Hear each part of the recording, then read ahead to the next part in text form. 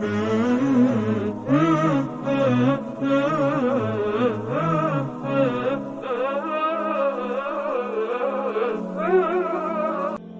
الارض ہونا،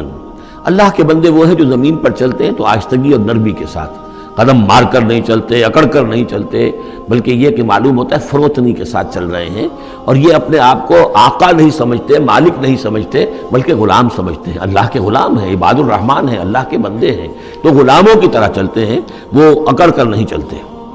وَإِذَا خَاطَبَهُمُ الْجَاهِلُونَ قَالُوا سَلَامًا، ایک ان کا وصف یہ ہے کہ جب جاہل لوگ، اجڑ لوگ، مشتعل مزاج لوگ خامخواہ ان سے الجھنا چاہیں، بحث و مباحثے میں انہیں جو ہے وہ خامخواہ الجھانا چاہیں، تو وہ کہتے ہیں سلام، وہ الجھتے نہیں ہیں، بحث و تمہیز کے اندر نہیں۔ جب وہ دیکھتے ہیں کہ ایک شخص بحث پر اتر آیا ہے، وہ اب بات سمجھنا نہیں چاہتا، اس کے اوپر ضد جو ہے وہ مسلط ہو چکی ہے، تو اب خامخواہ اس کے ساتھ وہ الجھے رہنا، جس کو ہم کہتے ہیں ہمارے ہاں وہ پنجاب میں یہ سینگ پھنسا کر آدمی جو ہے وہ اپنا وقت ضائع کرے، اس کا بھی وقت ضائع کرے، کوئی فائدہ نہیں۔ میچور آدمی یہ کہ دیکھے اگر تو واقعی یہ بات سمجھنا چاہ رہا ہے تو سمجھائے، نہیں سمجھنا چاہتا، اس کی اصل میں نیت ہی نہیں ہے، تو پھر خامخواہ اس کے ساتھ الجھنے کا فائدہ نہیں۔ والذین یبیتون لربہم سجدا وقیاما، اور وہ لوگ کہ جو راتیں بسر کرتے ہیں اپنے رب کے لیے سجدے اور قیام میں۔ یہاں وہ بات بہت واضح ہو گئی، جہاں تک 5 فرض نمازیں ہیں وہ تو فرض ہیں، وہ تو تعمیر سیرت کی بنیادیں ہیں، ان کی تو مداومت کرنی ہے۔ والذین یحافظون والذین هم علی صلواتہم یحافظون، لیکن یہ لوگ جو ہیں جن کے دل آشنا ہو گئے ہوں اللہ سے، اگر یہ اللہ کے ساتھ دوستی ہو چکی ہو، تو پھر یہ کہ رات کا وقت ہوتا ہے کہ جس میں وہ پھر بندہ اٹھتا ہے، کوئی دیکھ نہیں رہا ہے، لوگ سوئے ہوئے ہیں، کوئی ڈسٹربنس نہیں ہے۔ خیر ہماری تو آج کل شہری زندگی میں راتوں میں بھی ڈسٹربنس رہتی ہے، لیکن یہ کہ عام طور پر بہرحال دن کے مقابلے میں تو ایک سکون کی کیفیت ہوتی ہے، اس وقت اپنے رب سے راز و نیاز کی باتیں، کبھی اس کے سامنے کھڑے ہیں، کبھی سر بسجود ہیں۔ والذین یبیتون لربہم سجدا وقیاما والذین یقولون، اور وہ کہتے رہتے ہیں سب کے باوجود، ربنا اصرف عنا عذاب جہنم، اے رب ہمارے عذاب جہنم کو ہم سے پھیر دے، دور کر دے۔ یہ سورہ نور میں بھی ہم نے پڑھا تھا کہ وہ ساری شخصیت جو ہے بیان کرنے کے بعد وہ اس کے بعد بھی لرزاں و ترساں رہتے ہیں۔ یوما تتقلب فیہ القلوب والابصار، ڈرتے رہتے ہیں اس دن کے خیال سے کہ جس میں نگاہیں اور دل الٹ دیے جائیں گے قیامت کے دن سے۔ ان عذابہا کان غراما، یقیناً اس کا عذاب جو ہے وہ چمٹ جانے والی شے ہے۔ انہا ساعت مستقر و مقامہ، پروردگار وہ جگہ جہنم جو ہے یقیناً بہت بری جگہ ہے، مستقل قیام کے لیے بھی اور تھوڑی دیر کے لیے بھی۔ جو میں نے عرض کیا تھا کہ دنیا میں بری سے بری جگہ بھی جو ہے اس میں بھی آپ تھوڑی دیر کے لیے جائیں گے تو ریکریشن ہو جائے گی چینج کی وجہ سے، اور اچھی سے اچھی جگہ جو ہے اس میں بھی مستقل رہنا پڑے تو پھر اس کے اندر کوئی حسن اور کوئی جو ہے دلچسپی باقی نہیں رہے گی۔ تو اس کے بجائے جو جنت کا اور جنت کا تصور دیا جا رہا ہے، جنت اتنی اچھی جگہ ہے کہ مستقل طور پر رہنے کے باوجود اس کی دلچسپیوں میں، اس کی رعنائیوں میں کوئی کمی نہیں ہوگی، اور جہنم اتنی بری جگہ ہے کہ ایک لحظے کے لیے بھی کسی کا قدم وہاں گیا تو وہ اپنی پوری جو ہے سختی اس کے اوپر ظاہر کر دے گی۔ والذین اذا انفقوا لم یسرفوا ولم یقتروا وکان بین ذلک قواما، اور وہ لوگ کہ جو خرچ کرتے ہیں تو نہ تو وہ اسراف کرتے ہیں اور نہ ہی بخل سے کام لیتے ہیں، بلکہ اس کے بین اعتدال جو ہے واقعہ یہ ہے کہ دنیا کا مشکل ترین کام ہے، توازن اور اعتدال۔ ظاہر بات ہے یہ لوگ جو میچور ہیں، سمجھدار ہیں، اب ان کے ہاں یہ ہوگا کہ ان کے اس خرچ کرنے کے معاملے میں بھی اعتدال ہوگا۔ والذین لا یدعون مع اللہ الہا آخر، 3 کبیرہ گناہ وہ ہیں جیسا کہ ہم نے پڑھا ہے سورہ نساء میں بھی، ان تجتنبوا کبائر ما تنہون عنہ، تو بڑے بڑے گناہ وہ کون سے ہیں کہ جن سے اگر تم باز رہو تو باقی چھوٹے گناہ تو اللہ تعالیٰ جو ہے وہ معاف بھی کرتا رہے گا۔ اور ان میں سے سب سے بڑا تو 2 مرتبہ فرمایا شرک، اور شرک کے بعد پھر قتل ناحق اور پھر زنا، یہ 3 ہیں۔ قتل ناحق سے بھی در حقیقت تمدن کی جڑ کٹ جاتی ہے، اور زنا سے تمدن جو ہے وہ سڈاس بن جاتا ہے، پھر اس کے اندر گندگی ہو جاتی ہے۔ تو اس حوالے سے یہ 3 چیزیں یہاں بیان کی جا رہی ہیں۔ والذین لا یدعون مع اللہ الہا آخر، وہ لوگ کہ جو نہیں پکارتے اللہ کے ساتھ کسی اور معبود کو۔ ولا یقتلون النفس التي حرم اللہ الا بالحق، نہ ہی قتل کرتے ہیں کسی جان کو جس کو کہ اللہ نے محترم ٹھہرایا ہے مگر حق کے ساتھ۔ قتل کے بدلے قتل والا معاملہ ہے، یا مرتد کا قتل ہے، یا زانی شادی شدہ کا رجم ہے، جو بھی ہے۔ ولا یزنون، نہ وہ زنا کرتے ہیں۔ ومن یفعل ذلک یلقى اثاما، اور جو کوئی بھی یہ کام کرے گا وہ اس کی پاداش کو پکڑ کر اس کو جو ہے اس حاصل کر کے رہے گا، یعنی لازماً اس کی سزا اس کو مل کر رہے گی۔ یلقا ساما یضاعف لہ العذاب یوم القیامہ، قیامت کے دن اس کا عذاب دگنا کر دیا جائے گا۔ یہ آیت اس اعتبار سے بہت اہم ہے کہ منکرین حدیث نے بہت شور مچایا ہوا ہے کہ قرآن مجید میں کہیں عذاب قبر کا کوئی تذکرہ نہیں ہے،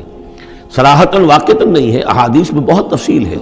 لیکن یہ کہ یہ مقام ایسا ہے کہ جس سے ثابت ہوتا ہے کہ قیامت کے دن سے پہلے بھی عذاب ہے۔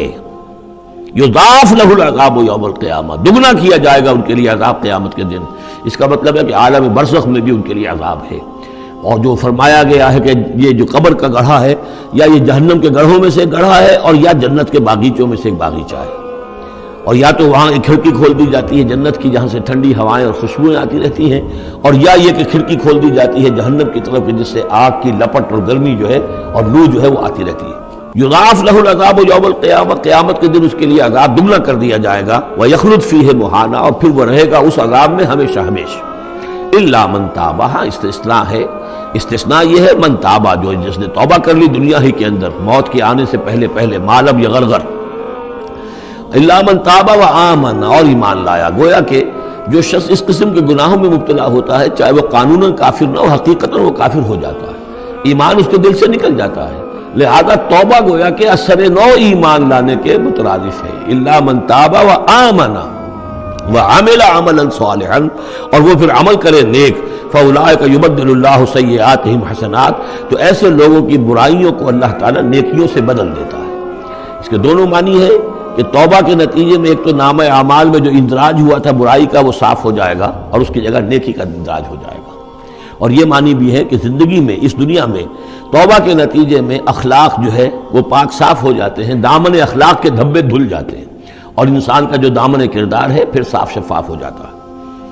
وَكَانَ اللَّهُ غَفُورًا رَحِيمًا، اور اللہ تعالیٰ غفور الرحیم ہے۔ وَمَن تَابَ وَعَمِلَ صَالِحًا، اب دوبارہ تکرار کی گئی، اور جو توبہ کرے اور پھر نیک عمل کرے، فَإِنَّهُ يَتُوبُ إِلَى اللَّهِ مَتَابًا، تو وہ ہے کہ جو توبہ کرتا ہے اللہ کی جناب میں جیسا کہ توبہ کرنے کا حق ہے۔ توبہ کی تسبیحیں ہو رہی ہوں، استغفار کی تسبیحیں ہو رہی ہوں، اور آیت کریمہ کے ختم ہو رہے ہوں 1.25 لاکھ کا اور لاکھ کا، لیکن حرام خوری جوں کی توں جاری ہو، وہ سارے غلط کام ویسے کہ ویسے جاری ہو، وہ کوئی توبہ نہیں ہے، اس کا کچھ حاصل نہیں۔ والذین لا یشهدون الزور، اور وہ لوگ کہ جو جھوٹ کے پر موجود بھی نہیں رہتے۔ جھوٹ کی گواہی والی بات نہیں ہے یہاں، لیکن جھوٹ کی گواہی تو گویا کہ اس کے اندر خود بخود امپلائڈ ہے، یعنی ان کے اندر صداقت اور حق کے ساتھ اتنی غیرت ہوتی ہے کہ جہاں کوئی جھوٹ کا گزر بھی ہو وہاں وہ اپنی موجودگی بھی پسند نہیں کرتے۔ جھوٹ کا دھندا ہو رہا ہو، جھوٹ کا کاروبار ہو رہا ہو، جھوٹ بولا جا رہا ہو، یہ وہاں پر ان کی غیرت اور حمیت جو ہے صداقت کے ساتھ اور سچ کے ساتھ وہ اتنی ہے کہ وہ وہاں موجودگی بھی اپنی برداشت نہیں کرتے۔ وَإِذَا مَرُّوا بِاللَّغْوِ مَرُّوا كِرَامًا، اسی طریقے سے جب وہ کسی لغو کام کے پاس سے گزرتے ہیں تو اپنے دامن کو بچا کر گزر جاتے ہیں۔ دیکھیے وہاں بھی تھا سورہ مومنین کو شروع کی آیات میں وَالَّذِينَ هُمْ عَنِ اللَّغْوِ مُعْرِضُونَ، کہ جو لغو سے اعراض کرتے ہیں، اور یہاں یہ کہ اس کے پاس سے اگر گزر ہو بھی جائے اتفاقاً، خود تو قصد کرنا جو ہے بہت دور کی بات ہے، اس کا کوئی امکان ہی نہیں، اتفاقاً آپ راستہ چل رہے ہیں اور دیکھ رہے ہیں کوئی مداری کا تماشا ہو رہا ہے، آپ کا کوئی ارادہ نہیں تھا، لیکن وہاں رکیے بھی نہیں، وہاں سے جو ہے اپنے دامن کو بچاتے ہوئے نکل جائیے۔ والذین اذا ذکروا بآیات ربہم، اور وہ لوگ کہ جن کو جب ان کے رب کے آیات کے ذریعے سے نصیحت کی جاتی ہے، سمجھایا جاتا ہے، لم یخروا علیہا صما وعمیانا، تو نہیں گر پڑتے اس پر بہرے اور اندھے ہو کر۔ اس کے بھی دونوں معنی ہیں، ایک تو یہ کہ مخالفت پر اندھے بہرے ہو کر کمر کس لینا، جیسے کہ قریش کر رہے تھے، تو گویا کہ تعریض ہے، ان پر ایک طنزیہ انداز ہے یہ کہ یہ لوگ جس طریقے سے کر رہے ہیں وہ معاملہ اللہ کے بندوں کا نہیں ہوتا۔ لیکن یہ دوسری طرح یہ بات بھی ہے کہ آیات قرآنیہ کو بھی اندھے بہرے ہو کر تو نہیں پڑھنا ہے اور سننا ہے، بلکہ غور کرنا ہے۔ افلا یتدبرون القرآن ام علی قلوب اقفالها، تو کیا یہ قرآن کی آیت پر تدبر نہیں کرتے؟ وَتَدَبَّرُوا فِيهِ لَعَلَّكُمْ تُفْلِحُونَ، تدبر کرو تاکہ تم سمجھو۔ تو اس طریقے سے محض جو ہے وہ قرآن مجید کو بھی اندھے بہرے ہو کر جو ماننا جو ہے اس سے بھی بہرحال عباد الرحمن جن کی یہاں تعریف کی جا رہی ہے ان کے مقام سے وہ جو مقام ہے ان کے مرتبے سے فروتر ہے۔ وَالَّذِينَ يَقُولُونَ رَبَّنَا هَبْ لَنَا مِنْ أَزْوَاجِنَا وَذُرِّيَّاتِنَا قُرَّةَ أَعْيُنٍ، اور وہ لوگ جو کہتے ہیں کہ اے رب ہمیں اپنی بیویوں اور ہماری اولاد کی طرف سے آنکھوں کی ٹھنڈک عطا فرما، یعنی یہ کہ جس راستے پر ہم چل رہے ہیں ہماری اولاد ہمارے گھر والے بھی اسی راستے پر چلیں تاکہ ہماری آنکھیں ٹھنڈی ہوں۔ ایسا نہ ہو کہ میں تو اللہ کے دین کے راستے کی طرف چلنے کی کوشش کر رہا ہوں اور اولاد کسی اور طرف کو دور لگا رہی ہے، تو ایک کشاکش ہے۔ پھر یہ جو صورتحال جو ہے فرکشن گھر کے اندر پیدا ہوتی ہے، تو اللہ تو ہمیں ہمارے گھر والوں سے آنکھوں کی ٹھنڈک عطا فرما، اور آنکھوں کی ٹھنڈک ظاہر بات ہے عباد الرحمن کی کن چیزوں میں ہوگی کہ وہ بھی اللہ کے بندے بنے، اللہ کی بندگی کے راستے کو اختیار کریں۔ وَجْعَلْنَا لِلْمُتَّقِينَ اماما، اور ہمیں متقیوں کا امام بنا۔ اس کا یہ مطلب نہیں ہے کہ امامت کی طلب ہے، بلکہ یہ کہ ہم خود امام ہیں۔ ایک شخص اپنے گھر کا سربراہ ہے، امام ہے، تو اے اللہ جن کے ہم امام ہیں انہیں متقی بنا دے۔ اس لیے کہ ظاہر بات ہے کہ میدان حشر میں جب ہم چلیں گے تو ایک شخص کے پیچھے اس کی اولاد چلی آ رہی ہے، اور معلوم ہو کہ وہ تو جہنمی ہے جو چلے آ رہے ہیں، یہ خود تو بہرحال ایک نیک آدمی تھا نہیں، ہمارے پیچھے جو ہماری نسلیں آئیں اے اللہ انہیں بھی متقی بنا۔ جن کے ہم امام ہیں، جو ہمارے پیچھے ہیں، جن کے کہ ہم دنیا میں جیسے کہ فرمایا ہے ایک حدیث میں بھی آتا ہے کلکم رائن و کلکم مسئول عن رعیتہ، تم میں سے ہر شخص کی حیثیت ایک چرواہے کی ہے، اور اللہ نے کچھ نہ کچھ مخلوق جو ہے اپنی اس کے چرواہے کے حوالے کی ہے۔ تمہاری اولاد ہے، تمہاری بیوی ہے، یہ گھر کنبہ ہے، یہ تمہارا جو ہے یہ گویا کہ تمہارے متبعین ہیں، تمہارے فالوورز ہیں، تو اللہ ہمارے فالوورز کو متقی بنا دے، اور ہماری جو امامت ہے وہ متقیوں کی امامت ہو۔ اولئک یجزون الغرفۃ بما صبروا، یہ وہ لوگ ہیں کہ جن کو بالا خانے ملیں گے ان کے صبر کی جزا میں، انہوں نے صبر کیا۔ ظاہر بات ہے کہ اللہ دنیا میں بے شمار مواقع آتے ہیں حرام خوری کے، ایک بندہ مومن بچتا ہے، بہت سے مواقع پر اللہ تعالیٰ موقع دے کر آزما لیتا ہے کہ ذرا سی بھی اس کے اندر کمی ہو تو پھر یہ نکل جائے کسی غلط راستے کی طرف۔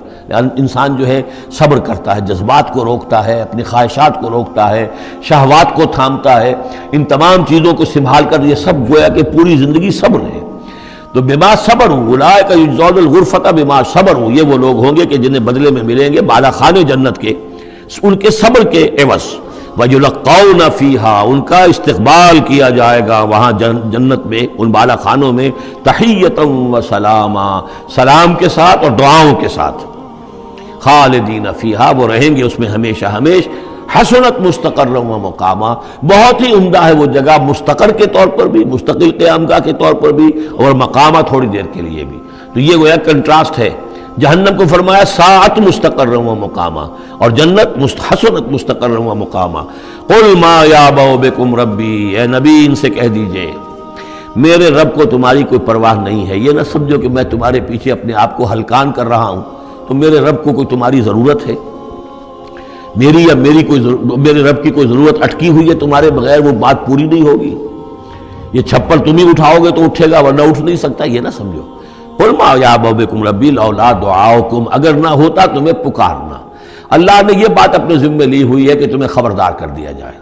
اللہ تعالیٰ وما کننا معذبین حتی نبعث رسولا، ہم عذاب نہیں بھیجتے رہے جب تک کہ رسول کو نہ بھیج دیں، اس لیے مجھے بھیج دیا ہے، میں لگا ہوا ہوں اس کے حکم سے۔ میں تمہاری گلیوں میں بھی تمہیں سنا رہا ہوں، تمہارے گھروں میں جا کر تم سے بات کر رہا ہوں، اکیلے اکیلے بھی بات کر رہا ہوں، ڈنکے کی چوٹ بھی کر رہا ہوں، لیکن یہ نہ سمجھو کہ کوئی اس میں میری غرض ہے یا میرے رب کی کوئی ضرورت ہے۔ قل ما یعبأ بکم ربی، میرے رب کو تمہاری پرہیزگاہ کے برابر کوئی وقت تمہاری نہیں ہے ان کے نزدیک۔ لولا دعاؤکم، اگر نہ ہوتا تمہارا پکارنا۔ فقد کذبتم، تو دیکھو تم نے جھٹلا دیا ہے۔ فسوف یکون لزاما، اب ان قریب یہ تمہارے ساتھ چمٹ کر رہے گا، یعنی یہ کہ اس کا جو عذاب ہے، اس کی جو پاداش ہے وہ تمہیں مل کر رہے گی۔ شکرا یا ربی شکرا، ہدیت قلبی شکرا، نورت دربی شکرا، شکرا یا